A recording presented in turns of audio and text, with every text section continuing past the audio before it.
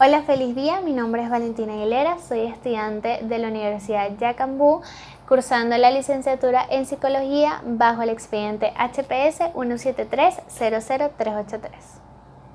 En esta oportunidad quiero darle continuidad a nuestra exposición, dando a conocer aquellos criterios que Allport expuso, intentando explicar aquella personalidad madura que complementa su teoría de la personalidad.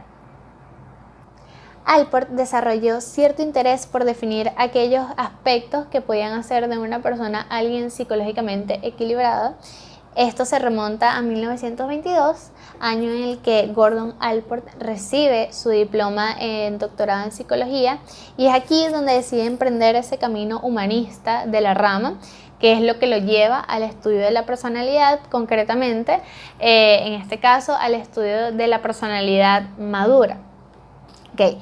Para comprender el concepto de personalidad madura o de persona psicológicamente equilibrada, es necesario primero hablar en términos generales.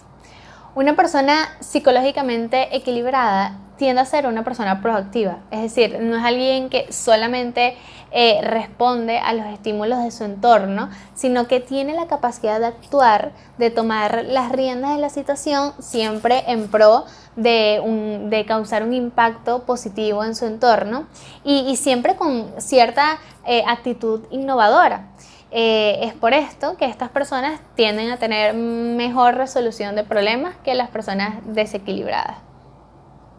Además de esto, las personalidades maduras tienen más probabilidades de ser motivadas por procesos conscientes, lo que los convierte también en personas con más autonomía. Esto a diferencia de las personas desequilibradas, puesto que estas tienden a ser dominadas por procesos inconscientes que provienen más que todo de experiencias de la infancia, y estas se reflejan en su cotidianidad como aquellas conductas compulsivas que son contraproducentes, y son estas también las que dan ese aire infantil a los adultos. Las personas equilibradas por lo general no han tenido una infancia con traumas. Sin embargo, esto claro no las exenta de haber sentido en algún momento haber pasado por un conflicto o sufrimiento, pues esto es intrínseco en la dinámica de la vida.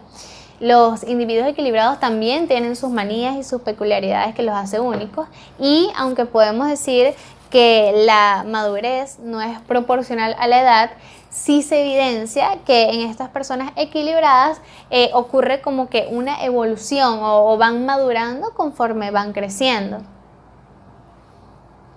Okay, dejando de lado los términos generales, ya podemos entrar en materia definiendo esos 6 criterios que Allport expuso para definir la personalidad madura. En primer lugar, tenemos la ampliación del sentido del yo. ¿Qué soy y para qué? ¿Qué es lo que me hace feliz? ¿Me hace feliz solamente mis logros o los placeres propios? O puedo decir que mi felicidad es la constitución también de las alegrías de quienes me rodean, de mi entorno. Eso es lo que Allport quiso expresar cuando dice que las personas maduras o psicológicamente equilibradas no son personas egoístas. Incluso son capaces de involucrarse en conflictos o en actividades que no se centren exclusivamente en sí mismos. Las personas equilibradas adquieren un sentimiento altruista por el trabajo y por otras actividades recreativas, y es así como la familia, el interés social y la vida espiritual toman un lugar importante en su vida, ya posteriormente pasando a ser como una característica de ellos o a formar parte de su vida. En segundo lugar, tenemos la efectividad para mantener relaciones afectuosas, y este punto va de la mano con el anterior. Allport declara que las personalidades maduras se caracterizan por mantener una buena relación afectuosa consigo mismo y con los demás. Como decía anteriormente, solamente mirando más allá de sí mismos es que las personas pueden encontrar la capacidad de querer de manera generosa, de querer sin ser posesivos, de un querer real, digámoslo así. pues los individuos psicológicamente equilibrados tratan a los demás con respeto y perciben que las necesidades y deseos de los demás no son necesariamente ajenas a las de uno mismo. Además de esto, también adoptan una actitud sexual sana y no necesitan aprovecharse de los demás para su gratificación personal. En el tercer criterio encontramos la estabilidad emocional o autoaceptación. Estas personas maduras son capaces de aceptarse a sí mismos tal y como son. También poseen lo que Allport denominó el equilibrio emocional. Son estas personas que no se enfadan demasiado si las cosas no salen exactamente como habían previsto o simplemente si tienen un mal día, puesto que tienen la capacidad de reconocer que la vida es dinámica, como decía anteriormente, que son cosas intrínsecas de la existencia per se y que bueno, que estos inconvenientes forman parte de la vida. En el cuarto lugar tenemos la percepción realista de su entorno. Estas personas no viven en un mundo de fantasía ni tampoco intentan alterar la realidad conforme a sus deseos.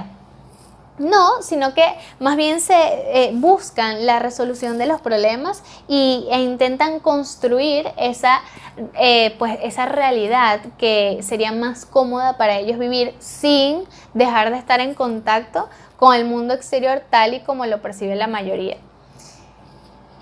El quinto criterio exige perspicacia y humor.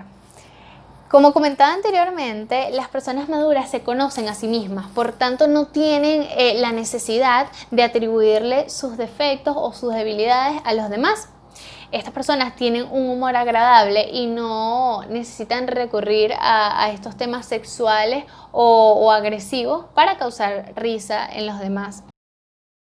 Y para finalizar, el último criterio para la madurez es una filosofía unificadora de vida. Las personas equilibradas tienen una idea clara del objetivo de la vida. La filosofía unificadora de vida puede o no ser religiosa, pero Allport personalmente parecía haber sentido que la religión era un elemento crucial en la vida de la mayoría de los individuos maduros. Aunque hay muchas personas creyentes que tienen una filosofía religiosa inmadura y numerosos prejuicios, ya sean raciales y étnicos, que yo creo que las personas maduras pueden discernir de esto y llegar a esta filosofía de vida unificadora con una conciencia bien desarrollada y muy probablemente con esa voluntad firme de servir a los demás. Una vez finalizados aquellos criterios que hacen a una persona psicológicamente equilibrada, es pertinente entonces hablar de la estructura de la personalidad. Y es que cada estructura de la personalidad que ha sido propuesta tiene sus unidades fundamentales. Por ejemplo, para Freud estas unidades eran los instintos y era en estos en los que él se basaba para explicar las conductas recurrentes de las personas o su manera de ser.